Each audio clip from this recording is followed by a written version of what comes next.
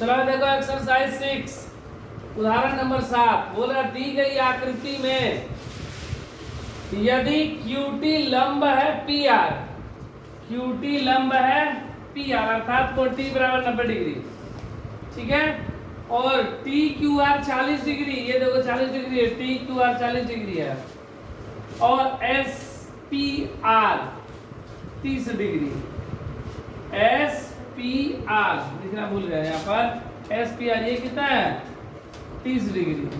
तो x और y का मान ज्ञात करें। तो देखो करेंगे क्या, हम एक बार त्रिभुज ले लेंगे QTR, त्रिभुज QTR, और हमको पता है कि त्रिभुज के अंतःकोणों का योग 180 डिग्री है, ये 40 है और ये कितना है 90, क्योंकि लंब है तो 90 और 40 कितना हो गया 130। तो x का मान कितना आ जाएगा 50, 180 हो जाएगा ना, x का मान 50 आ गया। उसके बाद देखो ये जो बाह्य कोण होता है त्रिभुज PSR, में क्या होता है कि अगर त्रिभुज के बाह्य कोण का योग दो अंतःकोणों के योग के बराबर होता है, तो ये 40 है और ये 50 निकाल दिए, तो 30 और 50 80 जोड़ देंगे जो कि y का मान आ जाएगा, ठीक है। तो कैसे लोग बना रहे हैं, त्रिभुज QTR में, त्रिभुज QTR में सबसे पहले हम लोग क्या लिखेंगे ना, जो जो दिया है उसको लिख देंगे, ठीक है। देखो हमको क्या दिया गया है, बोला गया है कि QT जो लंब है वह PR, इसलिए कोण QTR बराबर 90 डिग्री, QTR बराबर 90 डिग्री।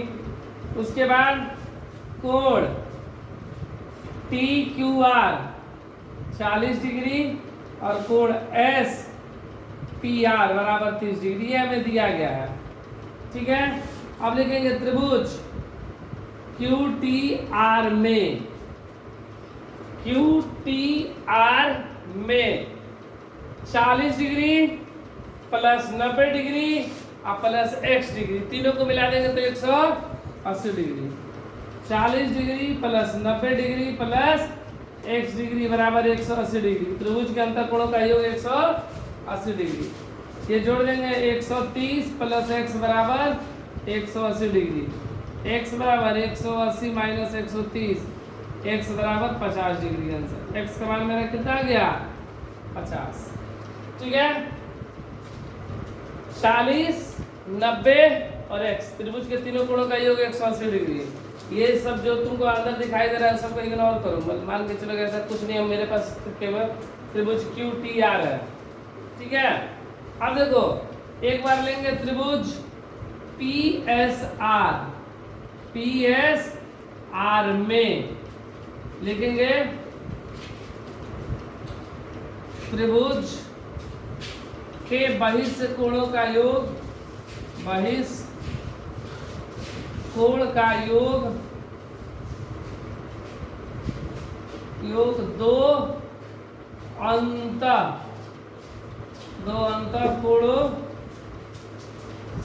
के योग के बराबर होता है, योग के बराबर होता है, इसलिए y बराबर क्या आ जाएगा 30 plus x, 30 degree plus x, 30 x का मान 50, y बराबर 80 डिग्री। आंसर